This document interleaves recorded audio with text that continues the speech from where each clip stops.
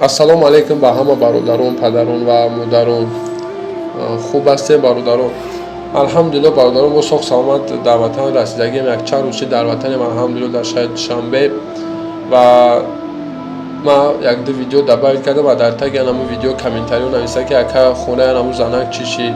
мадраса чӣ шид. мо алҳамдулиллоҳ бародарон ҳам мадрасаша ба ҳамун чизхеле ки дар видео ваъда кардем ҳам бода соз мекунем, мадрасашам соз кардем ва алҳамдулиллоҳ чизхеле ки ҳамун занака ваъда додем ки хонаша соз мекунем, хонаи ҳамун занакам соз кардем. ва бародарон мадрасара мо партае ки ваъда карда будем айуда зиёдтӣ харидем ва мақсади гап ки як симхонаш агар аҳамият дода бошад, якум симхонае ки ман диромадам деволош чапашдагӣ буд, полш чапашдагӣ буд. Амро айсар деволоша рост кардем, полша рост кардем ва парта мондем дар он синф ва туалетчам алҳамдулиллоҳ соз кардем. ва хонаи анами занака мо успед накардем сиёнка кунем бародаро, ба хотире ки сохтмонаш тамом шудагӣ набуд ва ба мо гуфтанд ки сохтмон ҳар вақте тамом шуд мо ба шумо суратоша равон мекунем. ва мадраса ҳам ҳамчунин ки туалет сохтмонаш ба охир нарасида буд, як кам тараки дига мондагӣ буд, шикатур мондагӣ буд ва дароша мезаданд ва туалети мадраса беҳтарин соз кардан, удобствоаш ҳама тарафа хуб кардагиан. мақсад сохтмон ё ба охир расидагие. ва як чиз дигар мехостам қайд кунам бародарон ки бисёриҳо моро менависанд ки акай Парвиз там бо реклама дар гузашта реклама мекунӣ. бале бародаро, мақсад кори мо анами бародаро моро сармоягузорӣ мекунанд ки кори мо медава, яъне пеш мерава. ва анами сафаре ки мо кардем бародаро, ман нахостам ки анами гостиницапулӣ, раҳпулӣ ва хинду хӯроки мо аз суми обши шава, яъне аз суми хайр шава. ва мо анами суме ки анами бародаро мода додан, мо анамира мақсад ба гостиницапулӣ кардем, раҳпулӣ кардем, хинду хӯрок хӯмонда ва суми шуморо алҳамдулиллоҳ 100% будем дар ҳамун кори хайр супоридем. ва ман хостам ки ақаллан раҳпулие ки ман мекунам, мисол дар проектҳои калонда, мақсад раҳпулие ки ман мекунам, мисол ягон расходое ки ман мекунам, ман мехоҳам ки аз шоти канали ман, аз ҳисоби канали ман бирава ва даромади канали ман бародаро анами реклама ҳай. ба хотири ҳамин моро дуруст бифаҳмем бародаро. ва ман як бор дига барои шумо тавсия медиҳам бародаро, акай мудин зиёда аз 8 сол собиқаи кори таксӣ дора бародаро ва мошиношам беҳад мошинои хубанд. границаи Қазоқистон бародаро мераванд, аз Москва меоянд, аз стадион водни стадион метро ва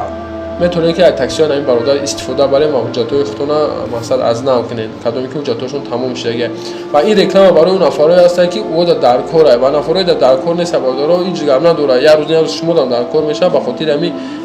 ин чиз бояд шумо асабонӣ накунед, наоборот шумо бояд хирсанд бишед ки мақсад як блогере ки шумо нағзш мебинед, ҳурматш мекунед, рекламодател пайдо карда, мақсад одами пайдо карда ки ӯро дастгирӣ мекунад ва кори анамон пеш меравад. шумо бояд ин чиз наоборот хирсанд бишед ва бояд шумо паддеша кунед ва бояд ҳамин чизе ки ман шуморо тавсия метавонам, шумо бояд ҳамин истифода баред. чанд қадр ки шумо ҳамин чиз бисёр истифода будед, ҳамон қадар кори мо пештар меравад. ози бародаро, мо якчанд навор барои шумо пешниҳод мекунем. ай рафти сохтмони хонаи ҳамун занак ва ай даруни мадраса чихе партоҳоро бурдем мондем ва чихе мақсад дигаргунӣ шудагия ва сохтмони туалет то чӣ дараҷара расида, оз барои шумо пешкаш мекунем. воқеъ дар амони Аллоҳ, худованд нигаҳбонтон бошад. салому алайкум бародаро. ина бо омадем як мактаби дигар. инҷа мактабай на сумкои талабо ва фикрам берун биромадагиан, ина дурун даштагиан оз мерем камерашо мекунем. инҷа мактабай. ина инҷа як то панҷам ва як то ҳаштад. ассалому алайкум. алҳамдулиллаҳ. инҷа мактаба, ина мактаба камера ки сузша ва инҷа залшона мадраса ҳай. оз медурем дурун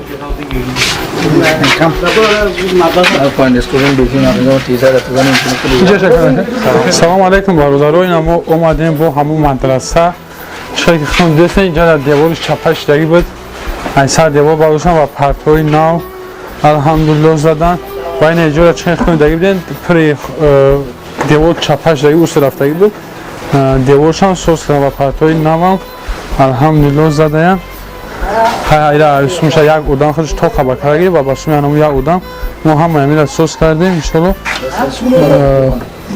партора хичон закасдан тахта дар ҳамҷо хичон тахтаро краса кардан, оҳаноро хичон краса кардан ки арзон биғалта. ва мерем бо дигар партошам мебинем ва туалетшам алҳамдулиллоҳ. ин эҷа бародаро девор чапа шудагӣ буд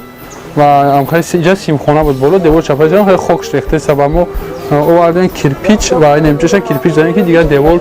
نریزه برادرها بسیار میگن که برای چی مدرسه میگوی مکتب رو بدونن که برادران باید تکمیل میکنن همه مکتب مدرسه در اینجا مکتب مدرسه میگن و همه اینجا لوبوی درس همه بیولوژی شیمی و همه چی خونده میشه و ما اینا کمک میکنیم که در آینده اینجا کار خوب برای برادرها و الحمدلله اینا چیش با خیر است مقصد ساختمانش پولنی هم پرابلمی که ما دا گفتم ما الحمدلله کردیم دادیمشون و در مدرسه چیزیش همگی 400 چند نفر 450 440 نفر میخونه و 440 نفر در همین توالت داره در همینجا قضای حجت میکنه و یا ما التماس کردن کمترش به ترتیب بدو میکنیم انشاءالله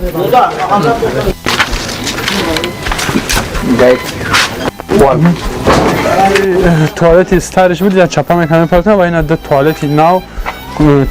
چکرش به هر چکره ما صورتاش هم مونده سن شما خودتون دیدستین همون صورت هم توالت و این اولی تا خیلی ساختمانش باید اون نرسته خیلی انشاءالله ممکن از 2 روز پس تمام شود بعد ممکن صورتاش شما دارویی کنن و حاضرش همه خبر داشته اسپید کردن از چکرش به حدی بعد چکره 6 متر یا 7 متر چکره رنگ کنالیزاسیون استفاده میشه و مثلا همینجا جمع شده با کمز میکشن میگیرن دیگه هر جا چکری نمیکنن همین دیگه پرتوش هم میبینیم اینجا کاملا که سیمخونه استولشون کاملا که اینجا هم سیمخونه اینجا هم سیمخونه اینجاش هم یک سیمخونه دیگه خیلیش با عموما پرتن دارن در زمین میشینه مقصد نمی شرایط مردم زندگی کردیسته و خونده است و کار و فعالیتشون پیش بردستن برای زندگیشون چیکار پرتگش در این سیمفای و این قشقرسه کردن این قش اسپید نکردن و همگی 50 یا 60 پرتن خریدگیان و همش در سیمخونه زدن الحمدلله از او رحمان همون برادر ده که همین پولمون دارویی که و همین یورده دستی کردن در حقون دوگان برادر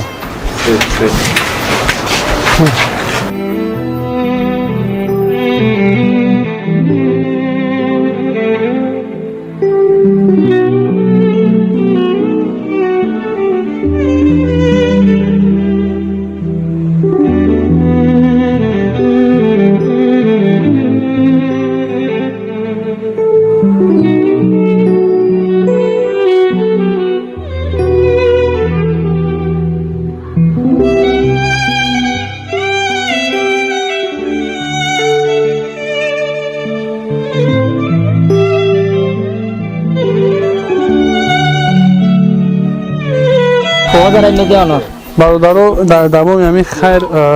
خواستیم خونه همین زنه که بیاییم برای خبر بگیریم خیلی ساختمونش رفته سر دو خونه یک کوخونی و ما چی گفتنیم ما در همین دو خونه و یک کوخونی حکم ما رسخود کردیم $1000 و یک بچه که دیگه $800 رسخود کرده $700 مقصد دیگه در همین یکی همین زنه همین قصانده که در همین قصون و در خونه سوز کردیم به هر قصانده و در حق تمام مردمی که همینجا در کیسه گذاری کرده به نهایت می نداره شاید که ما تو ساختمان تمام شده همین خونه همون نباشیم اما ساختمان که تمام شده برادران ما هستن صورت میگیرن و دارایی میکنن و ما شما در پیشکش میکنیم و ما میریم صدقه خونه در بالا بکنیم و ما بعد چیزی قید کنیم وقتی که ما اومده سبده همین زنه خودش توقع اینجا در کریپیچ کسی سبود رستچوتی که نخی تیار کردم مونده سه با استوره مقصد بیکار نمیشینه ما باید زن توجی که در 50,000 سومون خونه سوز کردیم نخی این قید از شرستاندگی نیسته و ما در اونجا محکول نیستم و در اونجا زندگی نمیکنم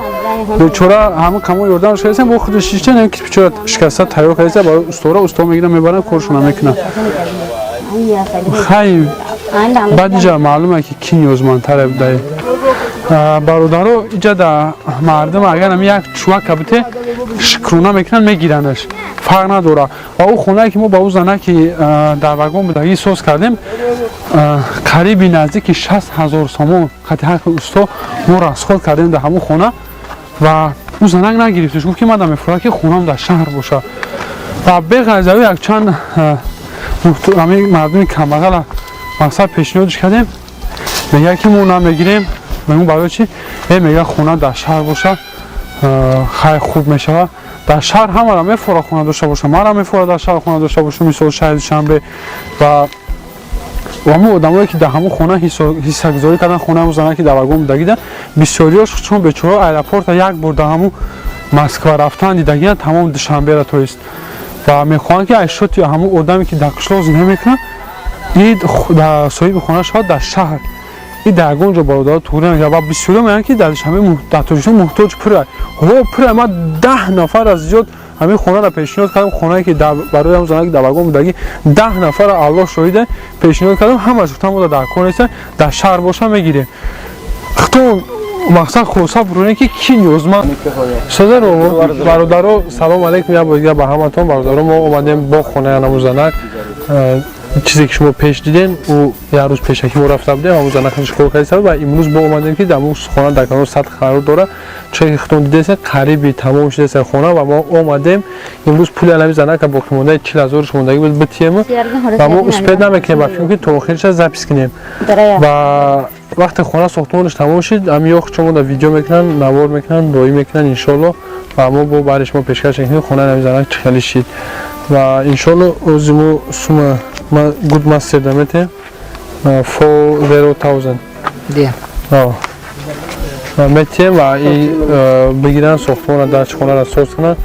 و در حق تمام مردم دعا کنن انشالله نه برادرو سوم شاید گرفتک انشالله هر وقت که تمام شد با ما شما را چی میکنیم مقصد نواروش ایشان میتیم finish my prayer okay go to Tajikistan one dua اوکی الان کو دعا بده که برا کنه که تاجیکستان منچلا الله دعا بده ته ربنا زل منشلا বলে দোয়া করা যায় আর ভাষা তুই হ্যাঁ আর ভাষা no Arab বাংলা